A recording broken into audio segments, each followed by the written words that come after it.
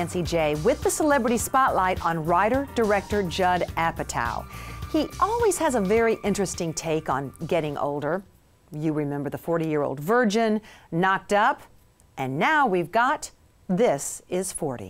What made you decide to bring these two characters back? They were good in Knocked Up, but you know, I never thought about it. Yeah, well, I like that. I mean, I always like spin-offs of things, you know.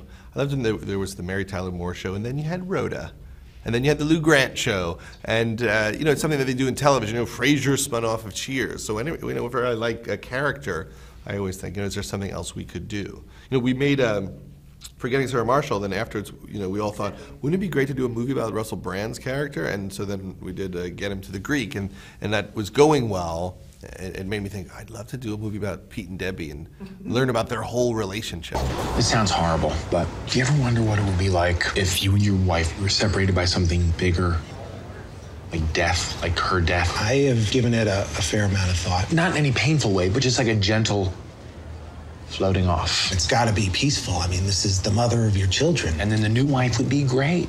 God, I can't wait to meet my second wife. I hope she likes me better than this one. What are you doing?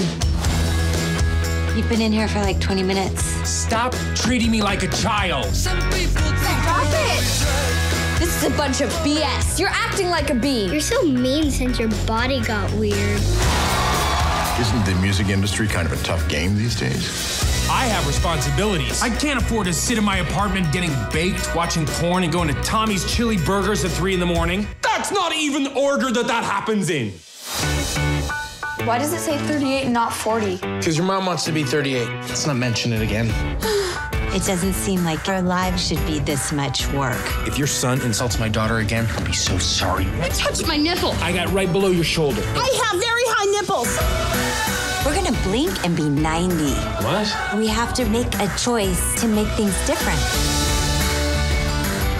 Me and my wife, Leslie, we always think we're just spinning too many plates. I mean, between like trying to, you know, not make our kids crazy, help them with their school, try to get along as a couple, try to deal with work, try to deal with technology and the culture, and our health.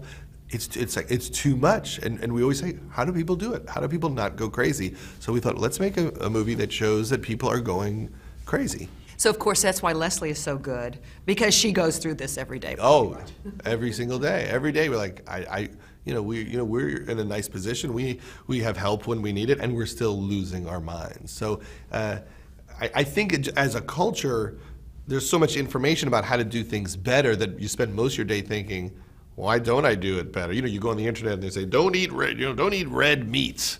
It's bad for you. And you're like, I love red meat. You know, floss your teeth every day, you'll live a year longer. There's just like thousands of little tidbits of information that you should use, but you can't because you're just tired. You just need a nap. I like movies where I feel like it came from a personal place. Because nothing in this movie really happened to us, but it is based on all of the obstacles we face and all the emotions and how we communicate in weird, bad ways. You know, a lot of the movie is us in a kind of an exaggerated, heightened, nightmarish state. It is really like me and Leslie at our worst, which it makes it funny. But you know, we found the more specific we got, the more universal it became. You know, people see this movie and they go, it's like you had a camera in my house. And that's the best compliment we can get. It's good to know I'm not the only weirdo. Look for This Is 40 in your real-time theater.